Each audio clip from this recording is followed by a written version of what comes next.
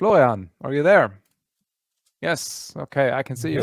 Yes, I'm there. I hope you can hear me as well. Yes, I can hear you. You seem to be in an Apple store. Not really. So it's It's a living room with 20 computers. yeah, seems so. Okay, all right. Good. All right. I already mentioned, kind of introduced your talk at the beginning of our session today. So I'm not going to repeat it. So go ahead, enjoy. Okay, perfect. Thank you. So my name is Florian Bock. I'm a senior software engineer at the Car Software Organization. And now the first question is, what is the Car Software Organization? It's a newly founded software development company based in the Volkswagen Group. So many of the software development topics from, for example, Audi or Porsche have been moved to this new company, and so have I. And therefore, both the information that this talk is from Audi and from Car Software Organization is correct.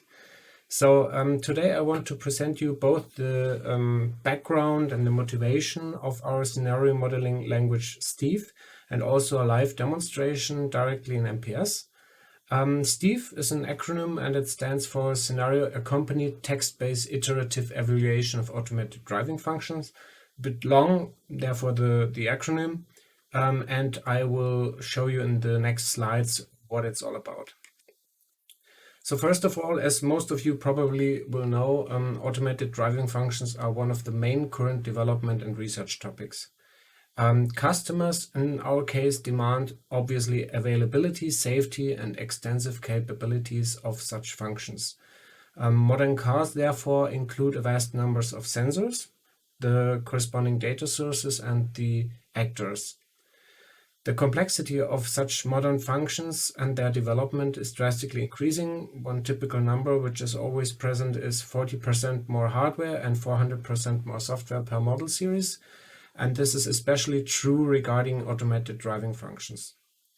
This leads to high cost and time pressure, and that's why we need efficient processes and languages and tools. Obviously, a large portfolio of development methods and tools already exist, which have been developed throughout the last decades, but those methods are no longer sufficient to face the complexity of the development of such modern driving functions, and that's why we need new methods, or we have to extend the existing ones. I'm talking about a scenario definition language, so therefore we first need to clarify what is a scenario, because the term is used for different things. So a scene, in our case, is a snapshot of the environment of the car or of the vehicle in general, and it's including the scenery and the dynamic elements, as well as all actors and observers' self-representations, and the relationships among those entities. So I'm talking about the infrastructure, the road topology, but also the vehicles and their movement. The scenario then is the temporal development between those scenes. So we have different points in time, they are called scenes, and then we have the scenario which is evolving through those scenes. Modern development processes for driving functions use such scenarios as accompanying artifacts. So those artifacts are present through the complete development process at a varying levels of abstraction. And one example for such a process is the scenario-based systems engineering process SBSE. I've attached in the bibliography the link to that, so you can look it up if you want. The V model, so as always, we in the automotive industry are mostly focused on the V model. And there we have the abstract scenarios, which are corresponding to the specification phases. We have the logical scenarios, which are talking about the implementation of the system, and the concrete scenarios, which are then for the testing and the validation and the verification. Important here is that the abstract, logical, and concrete scenarios vary regarding their usage, their format, and the included data.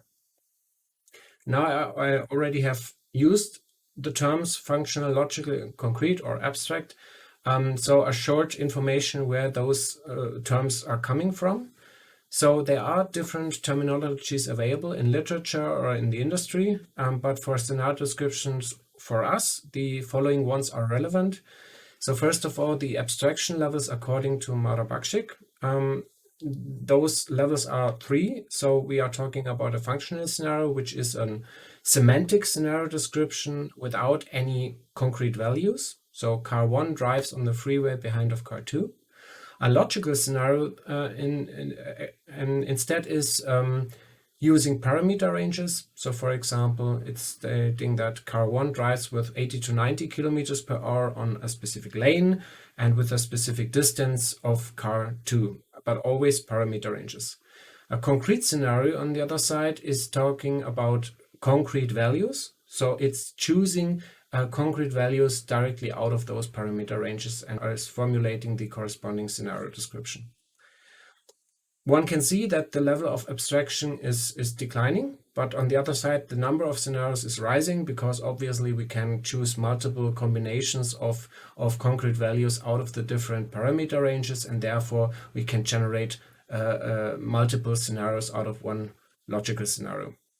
For the rest of the talk, I will always use the term abstract scenario for a functional scenario. The reason is quite easy. In the automotive industry, we are always talking about function development. So if one reads functional scenario, it's always misleading for us. Therefore, I call it abstract scenario. The second thing is the 5-layer model of Reschka-Schult. It's dividing the content of a scenario description in 5 layers. So it's talking about the street level, which includes the geometry and the topology. Level 2 is about the traffic infrastructure structure. So we are talking about traffic signs, about barriers or whatever. Level 3 is about the temporal modification of layer 1 and layer 2. So it's typical construction sites, so to say. Layer 4 is about movable objects. So here we are talking about pedestrians, animals, vehicles, and also obstacles such as a stone, because even a stone can be movable if we drive against it. The last thing is the environment condition, that is weather, the coverage of the road, day and time, and so on. A small note, newer Pegasus publications contain an additional level, so a layer. So for those of you who are familiar with the layers, there's also layer 6, which is digital information, but this layer is quite new and it's heavily disputed, so we left it out for now. So if we talk about the V model and the different phases of the development process, then we are using scenarios at different levels of abstraction, as already described. We are talking about a typical abstract scenario description. So here I have in a natural language text, I have described my scenario and also have a corresponding sketch. In the implementation phase, I'm using a technical format with the corresponding visualization mechanism.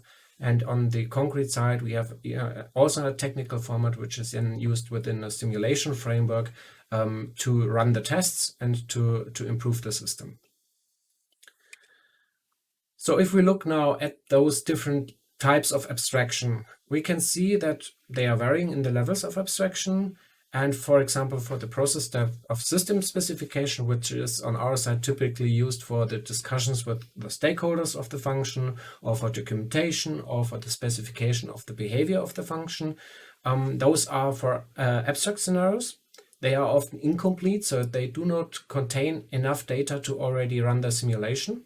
They are using natural language because that even a non-technician can understand. They are hardly machine readable because they are ambiguous. They can be written in with spelling errors or whatever. And they use a sketch as an aid. On the other side, there's the process step of testing. And in this testing, we have concrete scenario description, which are fully specified. They are using a technical format. They are machine readable for sure. And they can be executed in the simulation. Different formats which can be transferred into one another exist, but they have to be transferred manually. And for concrete scenarios, we already have standardized formats. So probably some of you already know OpenCRG or OpenScenario or OpenDrive. So those are open standards that can be used to describe such concrete scenarios. For abstract scenarios, on the other side, such a standardized format is still missing.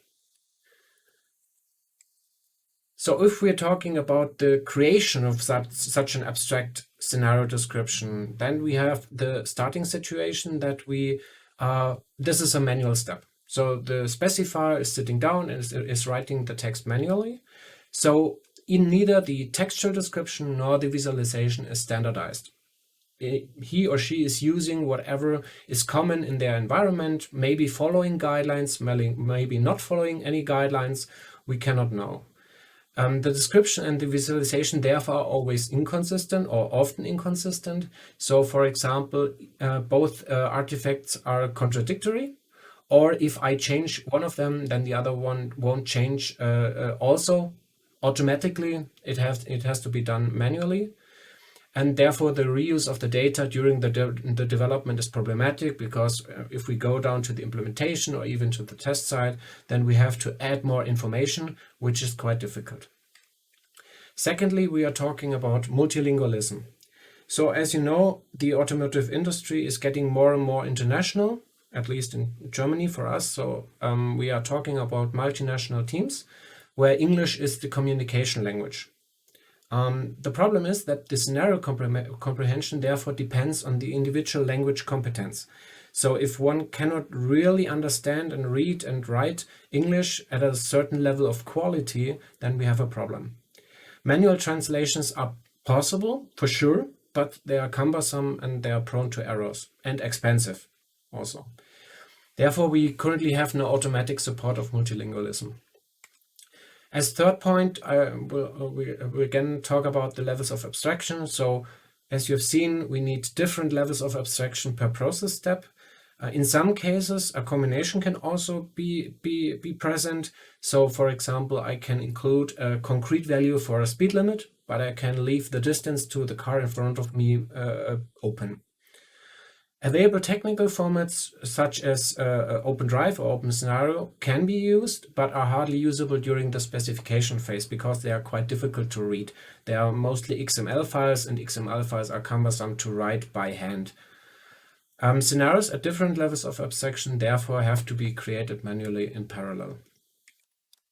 So we have defined a process which contains of 8 steps. This process includes the different layers of levels of abstraction here in our scenario catalog with the structure, the editors, and the generators. So we are talking about generating stuff out of the language other than Klaus before. And the first step for us is to import already existing scenario descriptions. So as you can imagine, there are already many document-based scenario catalogs, or there are any table. So we can import that by using parsing technologies such as natural language parsing. And then we have to merge those information that we parsed into our scenario catalog that is already present in our project. If everything is done, then the user has the ability to modify the scenario catalog. So he can modify scenarios, he can add scenarios, he can remove scenarios, whatever. And at a specific point in time where he thinks, okay, now I'm ready, now I can start the generation, he can generate the necessary artifacts for the next development phases. And for example, the simulation scenario. This simulation scenario can then be put into the simulation. For this, additionally, obviously, it's required to also have the system under test. And so the test item and also the test cases. So the test cases includes the concrete scenarios that were generated and the test criteria and metrics. So what do I want to test? Then the simulation is run and I get my feedback. The result is analyzed. So here 2 options are possible. So either my system behaved correctly according to specification, but the simulation failed anyway.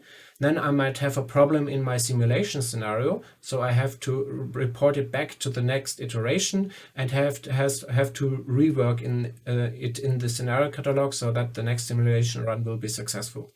Or the system under test failed, then my scenario was correct, but I have to put it back into the test cases and into the system under test so that the system can be improved, and in the next iteration it might be successful. So regarding the language grammar, if I want to incorporate multilingualism and the levels of abstraction in my language, I'm using here an extended Backus-Naur form to represent the grammar. And here it's quite easily readable that if I want to build a sentence with multiple natural languages, this grammar here supports that my car is overtaking, so car 1 is overtaking by car 2, or it can also be used by PKW 1 wird von PKW 2 überholt, which is the German representation of that. And the same works for the abstraction levels. So if I use such a combined grammar, I can use on a freeway on a sunny day at 13 o'clock, vehicle 1 is located 30 meters behind of vehicle 2 and starts an overtaking maneuver. So as you can see, this grammar can be used to generate multiple different scenarios and to model multiple different scenarios. Obviously, that's a quite simple example, so it's only a very rough extract, from a very limited extract from our real grammar. I will show it to you afterwards. But this is more or less an example of how this works. Both concepts, so both the one for multiple natural languages and the levels of abstraction, are obviously combinable, and we have done that. Regarding the generation of the target artifacts for the follow-up development phases, so here is a simple scenario description. You do not have to read that, but let's just assume that's the textual scenario description. And I also have obviously the underlying information model. And on the other side, I want my target artifact, so in this case an open scenario export. So if I take here, for example, that a car at a specific position with a specific speed exists, then the underlying model is containing that. We have the vehicle, that is a car, we have the speed, we have the position, and we can use that by using a generator to generate the corresponding vehicle and the corresponding maneuver. The developed solution stiEF in MPS has several key features, obviously. The definition of the domain model for freeways has been done in MPS with support for multiple countries. So currently it's limited to China, the US, and Germany, which are quite different. The specification of the editors for the natural language to reflect the syntax of each language has been done. Currently it's German, English, and Chinese. The incorporation of the defined Pegasus abstraction levels and the content layers have been done. So if I go down here, so here is my layer 1, which is the road topology. I have the layer 2, which is traffic infrastructure, then the temporal changes, then the object definition and the maneuvers, and last but not least, the environment conditions. We also have implemented a visualization framework, which is capable of visualizing the scenario content. And we have implemented the generators for different artifacts. So currently it's limited to Microsoft Office, to certain image formats, JSON files, and OpenDrive and OpenScenario. So this is a screenshot directly out of the tool, and I will directly jump into the tool and model that. So here you can see the scenario description and you can see the corresponding visualization.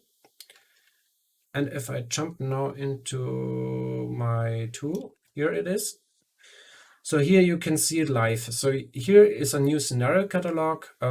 It's in English, and we have a preview, and we have certain layers. So here is again the road model layer, then the layer 2, 3, 4, 5 of the Pegasus model, and an additional scenario control, which is not important for now. So I will unfold them. So what I always do if I start, so here we are talking about a scenario in Germany on a freeway.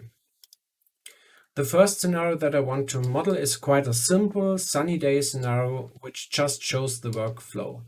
So I'm using here a new segment. A segment is part of the street. It contains, so it has a certain geometry, and it contains a certain number of driving lanes. In addition, I can add here a certain lane. So I can add here, for example, a stop lane. So we have here now the stop lane as representation. And in addition, I can add on layer 2, I can add some infrastructure information. So for example, the information that we are talking about guideposts. So the street gets guideposts, and also equipments, so guardrails, for example. I then go, so I would just fold this and this to have some space. I define here a new vehicle group. So, and in this vehicle group, we obviously need some vehicles. So first of all, I want to define a truck. This truck has trailer, and it's located on driving lane number 2. So now we have the truck. And in addition, we want to use a car, and this car drives behind of truck 1. So we have different assistants and different wizards that assist you with modeling that. I know what square means what, so where to find what, but we have some assistants and some documents about that to help a new user. So I define here a new car, and one thing that I do here is I switch it to ego mode. So currently every car is the same, but if I'm talking about an automated driving function that I want to view the scenario from a specific point of view, and that's the one from the ego vehicle. So I'm defining that it's ego, and now I'm going from it is doing something to it shall do something. So it drives behind of the truck, and also I go here to my maneuver description. So here I would say that I will do 3 phases: phase 1, phase 2, phase 3. And phase 1 would be that the ego car is assisted and shall change to, so that's a lateral maneuver, change to the next lane. And my truck is doing a braking maneuver until standing. The second maneuver would be that my ego car is accelerating. I would do it strongly until a high speed is reached, and my truck just stands, and my ego car is driving, and my truck is again accelerating. So now I've modeled a certain scenario, and I can, I've also some small information. No, I have no information for layer 5. So this will be the content of the next scenario. So here you can see that is a lane change maneuver. That is a deceleration maneuver. That's why the arrow is red. And what we can do now is, first of all, we can click through the phases. So you can see that, first of all, the car is changing the lane, the truck is standing, and then the truck is accelerating again, and the ego vehicle is driving. So though this is a rough visualization, so it's not a simulation, it's a visualization that is just calculating the next positions of the individual vehicles. The second thing that I can do here is I can switch the levels of abstraction. So as I've explained before, I can go to, from the abstract level here, I can go to the logical level. So on the logical level, you will see that before I was talking about a high speed that should be reached. Now I'm talking about 2 to 3 meters per second squared. So that's the underlying parameter range, and I also have a specified default parameter, so 2.0. And that's done for every parameter that can have a value. So also here the speed that can be reached, the acceleration. So that's done for everything. You can even specify here something for yourself. So if you, for example, decide, yeah, I don't like this default value of 2.0, I just want to switch it to 3.0, you can do that. Then a small log symbol appears. And if I switch back to abstract, then the last value is again switched to high. But the first value will remain because I have specifically chosen to use 3.0. So that is the first scenario, and I want to show you one more, And if we still have time, I have a third one, but we will see. So the second one is a bit more complex one. It's the one that I have shown you in the screenshot in the presentation. For this, I also need a segment and I need a second segment. So I will just add another segment. The first contains 5 driving lanes. So I have to go here and choose 5 driving lanes. Then I also want to choose that my lane number 4 has has the left marking as continuous. So we are going here from interrupted to continuous. And the second would be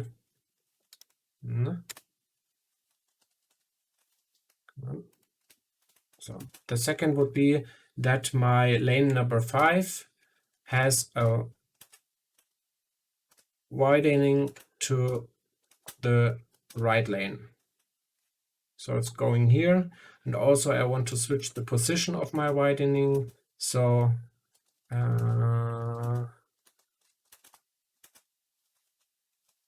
give me a second.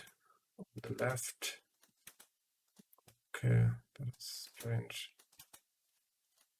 Okay, I was in the wrong line. Okay, it's here at the beginning. Here it is. So here we have our widening, and as next step, I will model here my second thing. So I have here, first of all, I have here my 3 lanes, and I also want to model an exit from the freeway, and this exit requires 2 lanes to work.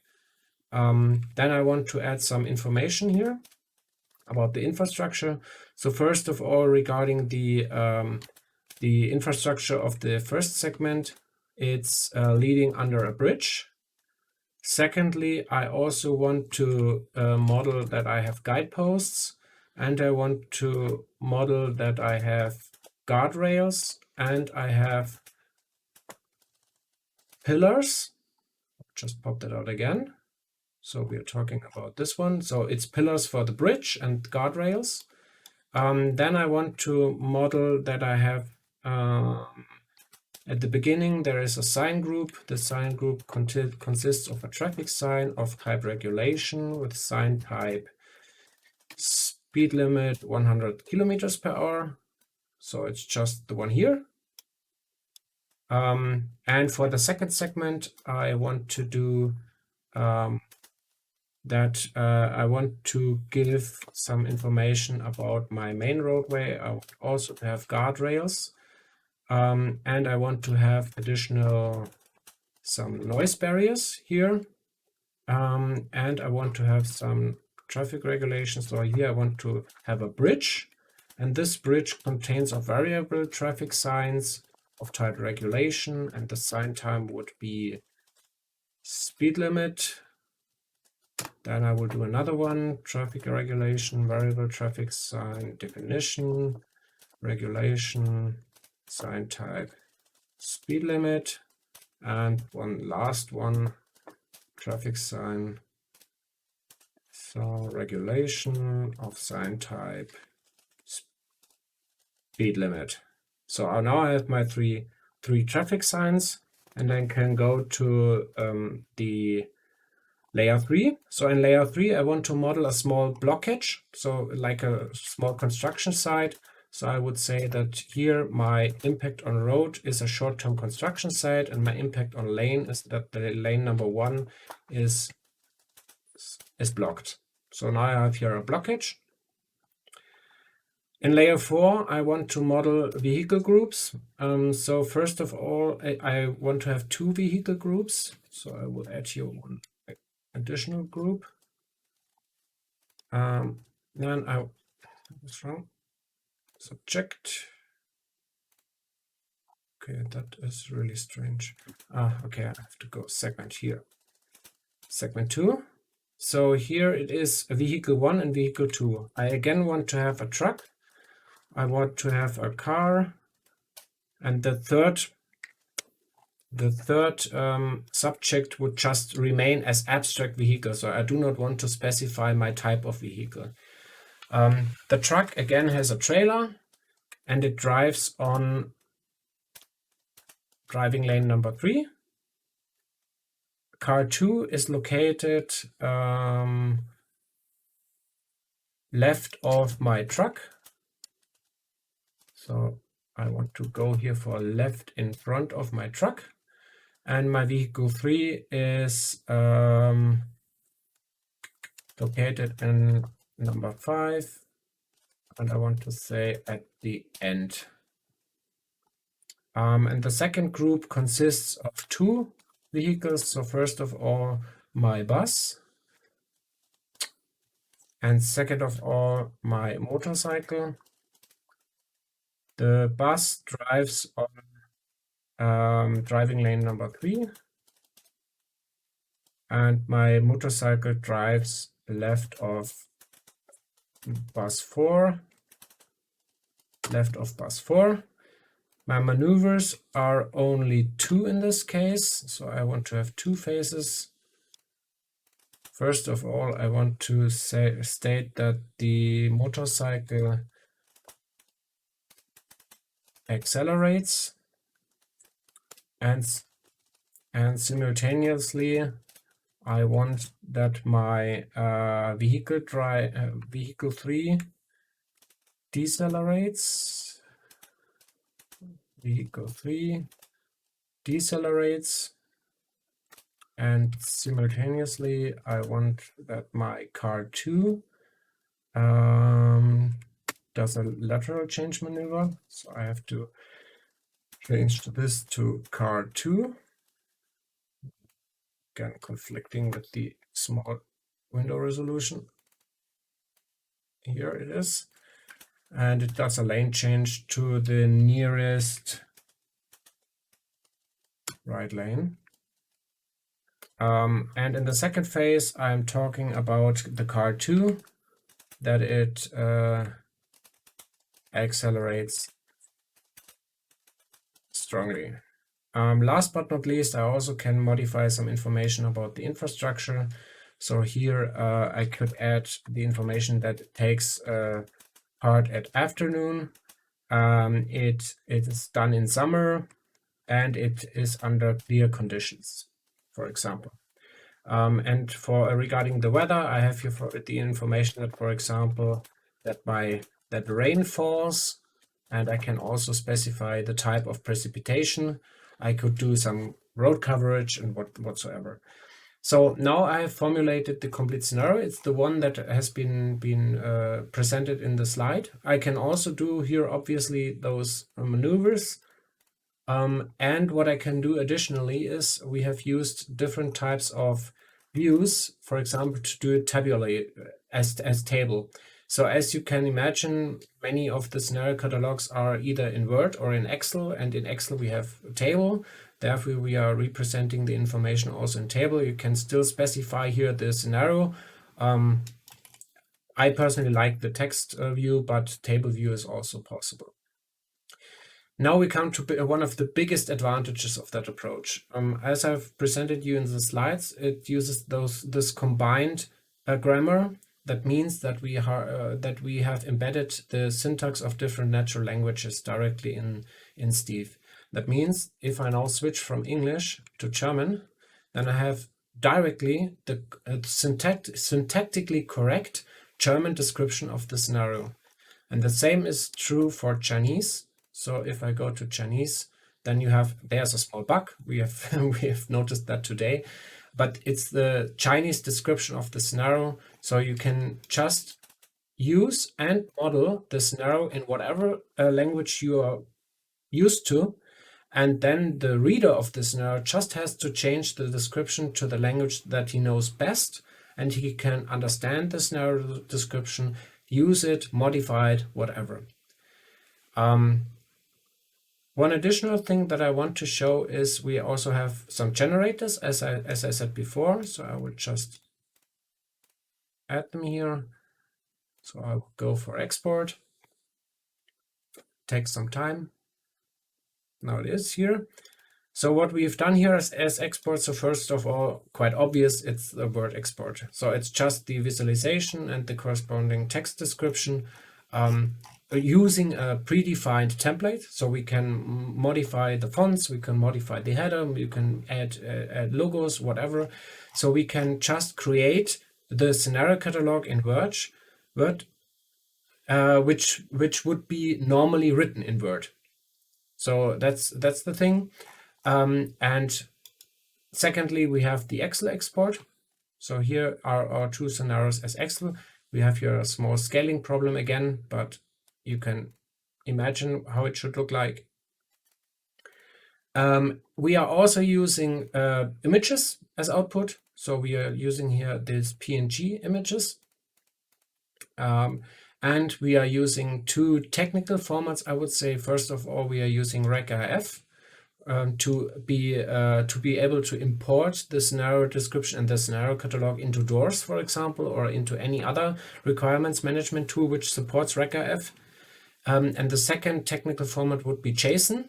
So JSON is our format which consists all of the underlying information from the information model, which then is used in our internal non-open cloud solution to generate the open drive and open scenario files directly out of this.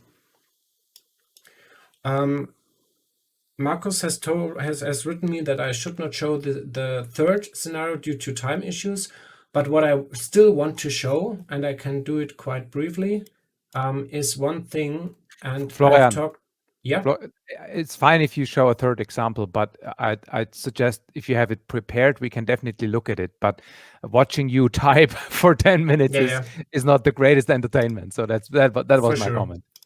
For sure. And then let me just open the. Yeah, we have time. Let me just open the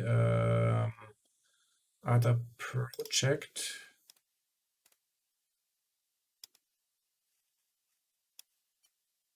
So this is the same thing that I modeled today, but already complete.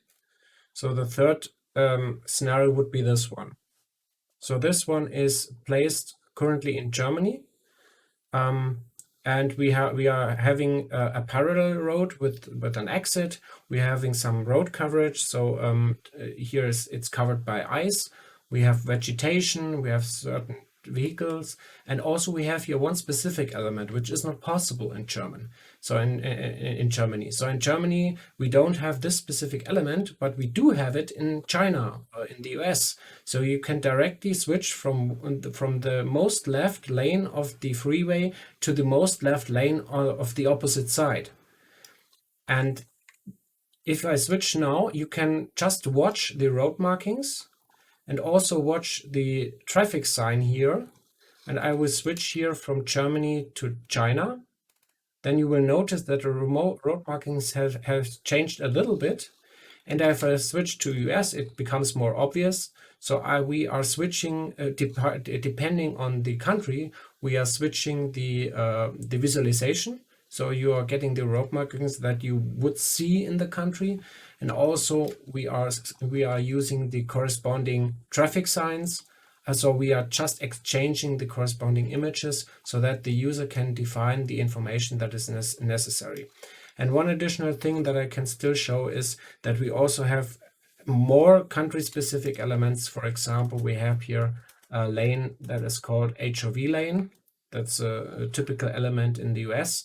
It's high occupancy vehicle lane, so it's a lane that's specifically reserved for vehicles which contain a minimum amount of passengers.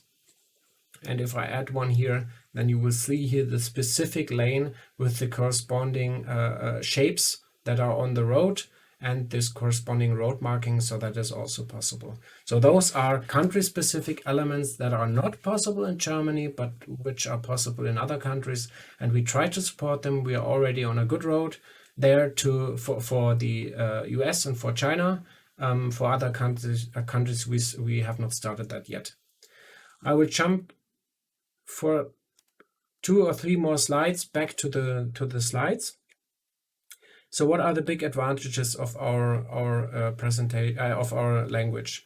First of all, the scenario descriptions are unambiguous. we are defining the syntax, and the user has to use the syntax, so it's unambiguous.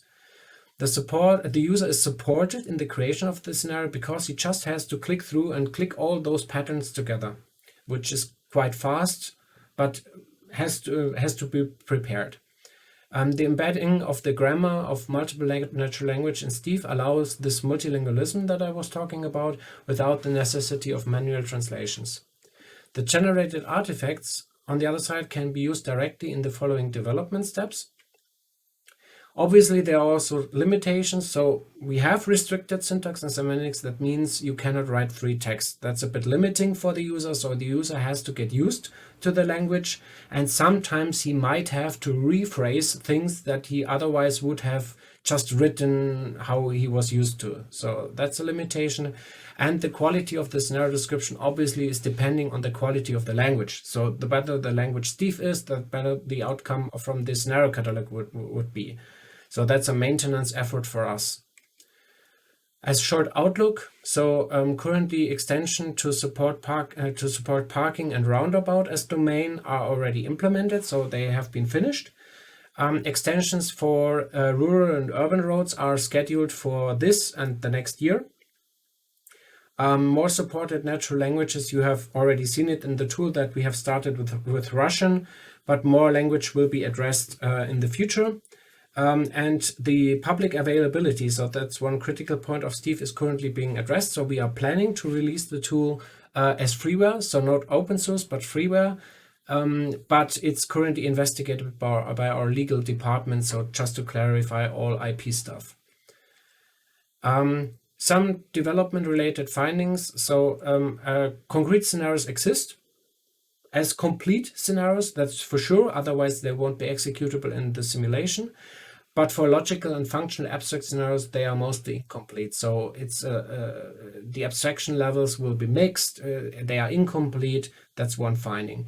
Then some default parameter values may be different for different domains. So for example, a normal speed in the parking domain means something else than on a freeway. And the abstraction from vehicle trajectories, which are normally used in simulation, to maneuvers can be difficult. The variation and the generation for that are on the other side needed because, again, the simulation need the trajectory. So if we abstract them to maneuvers, then we have to have any mechanism to go back to trajectories by generation. In general, the restricted syntax is limiting the user, again, but it's enforcing the unambiguity. The grammar structure, for example, of German includes various challenges, e.g. the articles, that's for sure. The support of Unicode characters works quite well. As you have seen the Chinese translation, it works well. And we have identified, because we are always struggling with administrator rights and installation of tools, we have packaged the MPS with an portable OpenJDK distribution and the language, and it works quite fine. It's just a zip file, you can unzip it and run it. You don't need any administrator rights or installation. That's quite nice. We have certain open issues regarding JetBrains MPS that we currently want to address somewhere in the future. First of all, I know on Wednesday there was already a talk about this web MPS.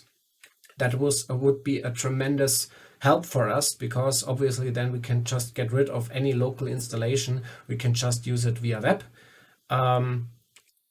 Multilingualism, so we are able to support scenario descriptions at different languages. And I know that at some point in the past on the roadmap of JetBrains, there was the translation of MPS itself to different languages. We are still hoping for that. The migration scripts, so we have sometimes some troubles with the migration scripts if something was not, so they are executed. Every migration script is executed by the migration assistant, and that's leading to some problems, but that's more a technical point. And last but not least, the user interface workflow, that's a quite funny point. So the shortcuts described in the interface and also in the user guide does not work on German keyboard layout, because the brackets are on other keys and they just don't work.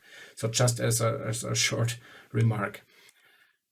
I've brought here the bibliography so you can look it up for yourself. And that's the end of my presentation and of the live demonstration. I'm open for questions. We still have 20 minutes left, so quite some room for questions. And if you are interested in the tool, just contact me via this email. And now I hand over to Markus.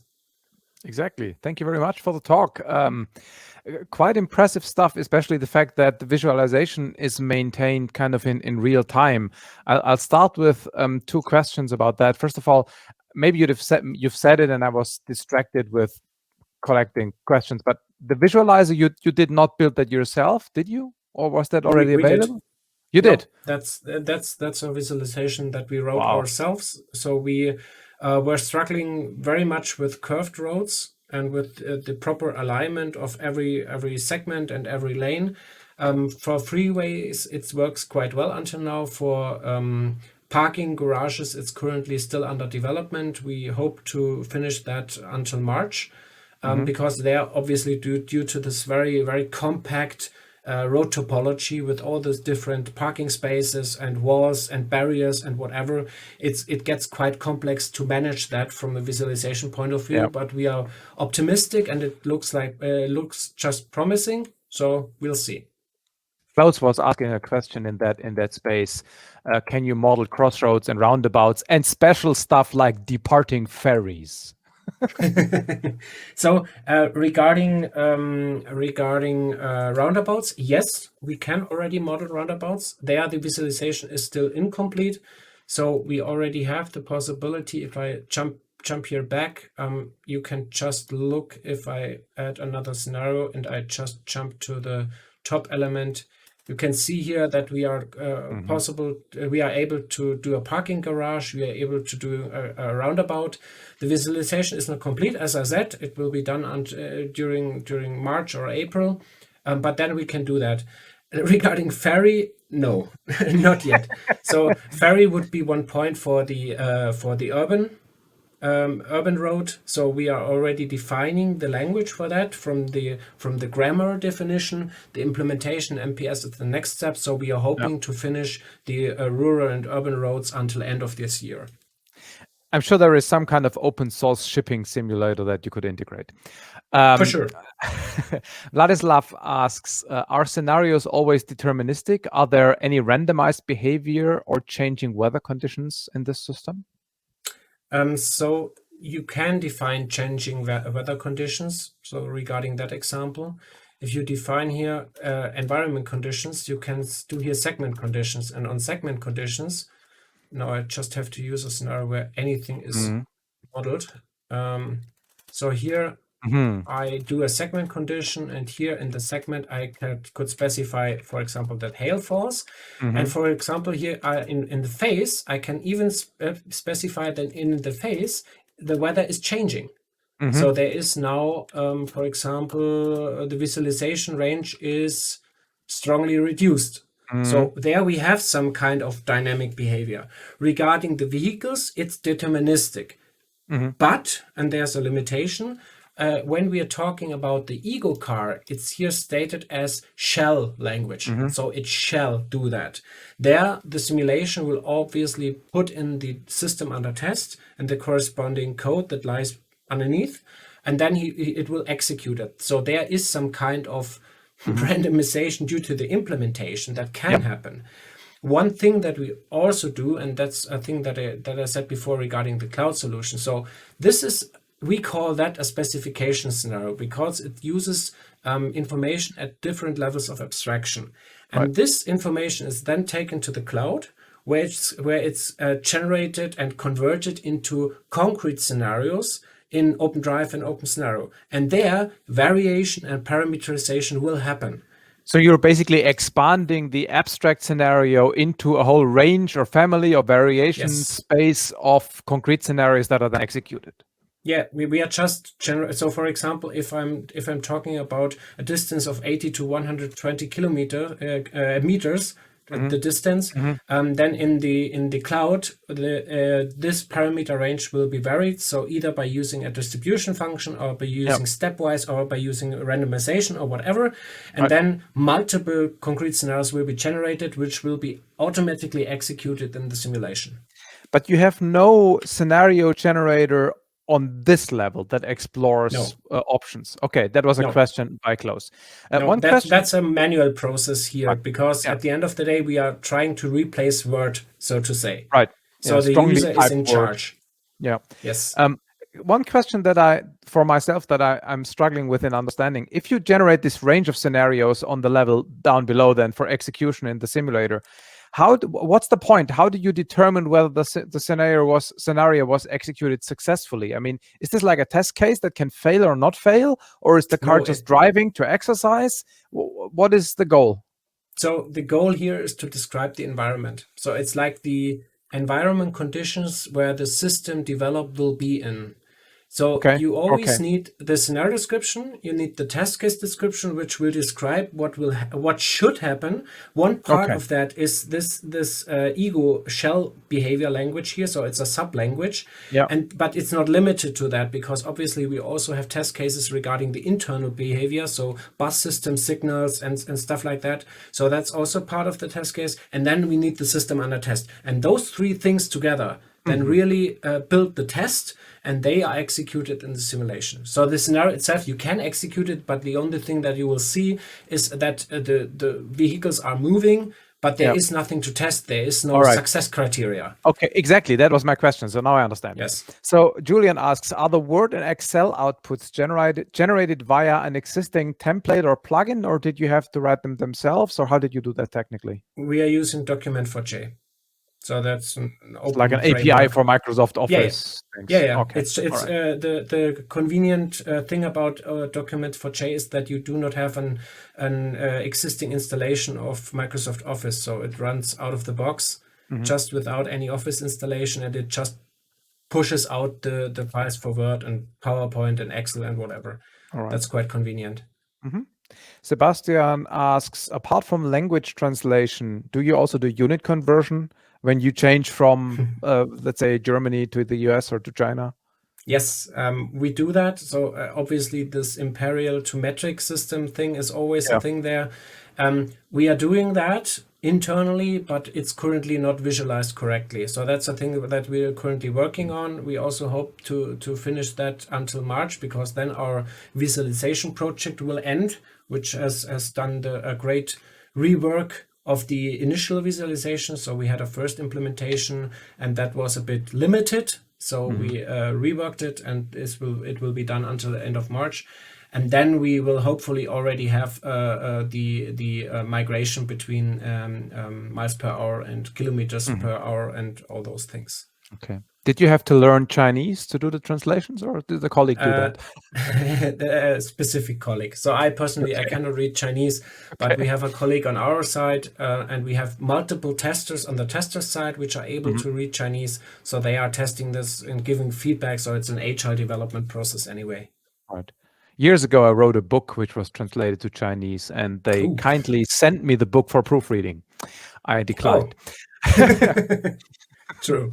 So another question by Julian. I assume you're generating, outputting multiple files. Yes, you showed that.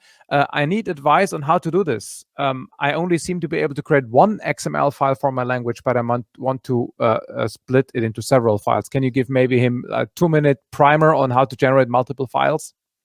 Yeah, so I don't think that I need 2 minutes, because I can't go into the code right now due to closed source issues.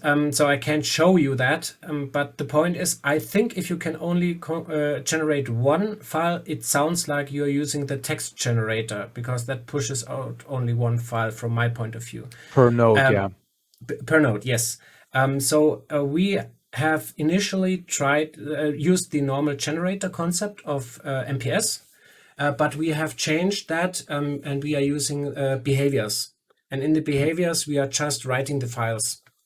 Okay. So that's the thing, where we are just using basically Java techniques to write the files. That's a bit of going around MPS techniques, because we are not really using the generators. Maybe it will be used in the future, but for now we are sticking to that. Okay, so a question that I had, and which then is followed on by one from Klaus. So the natural language, you've basically encoded the natural language grammar of the various languages for the Yes. various kinds of sentences you're interested in, Yes. as specific concepts with sub-concepts and slots where to put them.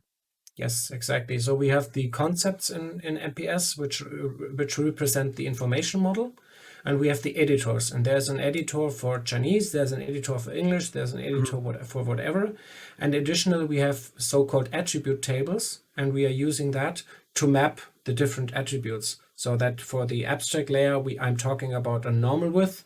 For the logical layer, I'm talking about 80 to 120 meters. And for the concrete level, I'm talking about 95 meters. So those are attribute tables, and we are just accessing them. So if I switch here the abstraction level, then what is done in the background is the editor is changed, and also the underlying attribute tables are changed.